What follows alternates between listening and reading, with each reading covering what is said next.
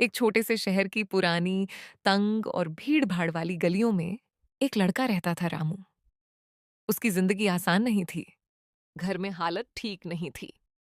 माँ मेहनत करती थी, लेकिन घर मुश्किल से चलता था।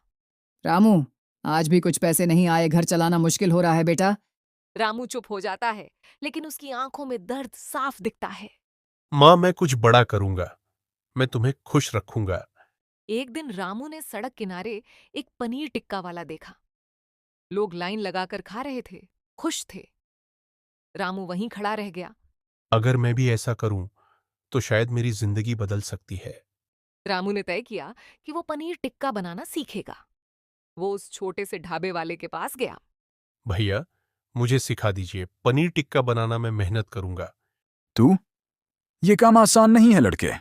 मैं सीख लूंगा, चाहे कितना भी समय लगे।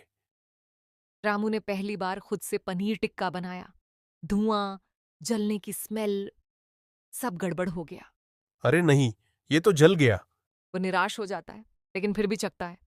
गली के कुछ लड़के उसे देखकर मजाक उड़ाते हैं। अरे रामू, शेफ बनने चला है क्या? ये तो जिंदगी भर गरीब ही रहेगा। रामू सुनता है, लेकिन कुछ नहीं बोलता। वो बस अपने हाथ और ज्यादा मेहनत में लगा देता है। माँ रामू को टूटता हुआ देखती है। लोग क्या कहते हैं, उस पर मत जा। अगर मेहनत सच्ची है तो वक्त जरूर बदलेगा। रामू की आंखों में फिर से उम्मीद आ जाती है। हाँ माँ, मैं हारूंगा नहीं। रामू ने एक पुराना ठेला लिया, साफ किया और उस पर लिखा रामू का पनीर टिक्का। वो पहली बार खुद का काम शुरू करता है।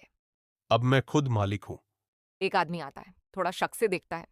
नया ठेला है, स्वाद कैसा होगा? रामू घबराकर देता है। ग्राहक एक बाइट लेता है, रुक जाता है।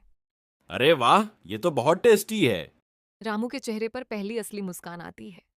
अब लोग बार बार आने लगे। गली में हलचल बढ़ गई। रामू का पनीर टिक्का बहुत अच्छा है। रामू दिन रात मेहनत करता रहता है, बिना थके। एक दिन शहर का एक बड़ा होटल मालिक वहां आता है। तुम्हारे हाथ में कुछ खास बात है, मेरे होटल में काम करोगे? रामू कुछ देर सोचता है, फिर धीरे से कहता है। नहीं, मैं अपना सपना खुद बनाऊंगा। रामू का ठेला अब चलने लगा था, लेकिन गांव के कुछ लोग अब भी उसे अलग नजर से देखते थे। हर गली, हर चौराहे पर उसकी चर्चा होने लगी थी। कोई तारीफ करता तो कोई मजाक उड़ाता। देखो, वही रामू पनीर टिक्का बेचने लगा है। अरे, ये काम भी कोई काम है क्या? गांव में एक आदत थी, बिना सच जाने बातें बनाना। सुना है रामू ने किसी से उधार लिया है। नहीं नहीं, वो तो होटल में काम करने वाला था। रात को रामू अकेला बैठा होता है, चारों तरफ सन्नाटा। लोग क्या क्या बोलते हैं, लेकिन उन्हें मेरी मेहनत नहीं दिखती। रामू का एक पुराना दोस्त आता है, मोनू। अरे रामू, अब तो तू बड़ा आदमी बन गया है। रामू खुश हो जाता है, लेकिन मोनू के इरादे अच्छे नहीं थे। वो धीरे धीरे पैसे और रेसिपी पूछने लगता है। एक दिन रामू का ठेला बंद पड़ा मिलता है। कुछ सामान गायब था। ये कैसे हुआ? किसने किया ये? गांव में फिर बात फैल जाती है। देखा, रामू का काम ज्यादा दिन नहीं चला। रामू फिर से ठेला लगाता है, लेकिन इस बार और ज्यादा मेहनत के साथ। वो अपने स्वाद को और बेहतर बनाता है। अब मैं पहले से बेहतर बनकर दिखाऊंगा। अब वही लोग जो पहले मजाक उड़ाते थे, लाइन में खड़े थे। रामू का पनीर टिक्का सच में कमाल है। हमें तो पहले गलतफहमी थी। गांव वालों की कलम अब धीरे धीरे बदल रही थी। एक दिन शहर से एक फूड रिव्यूअर आता है। वो वीडियो बनाता है और रामू वायरल हो जाता है। इतना अच्छा स्वाद छोटे ठेले पर।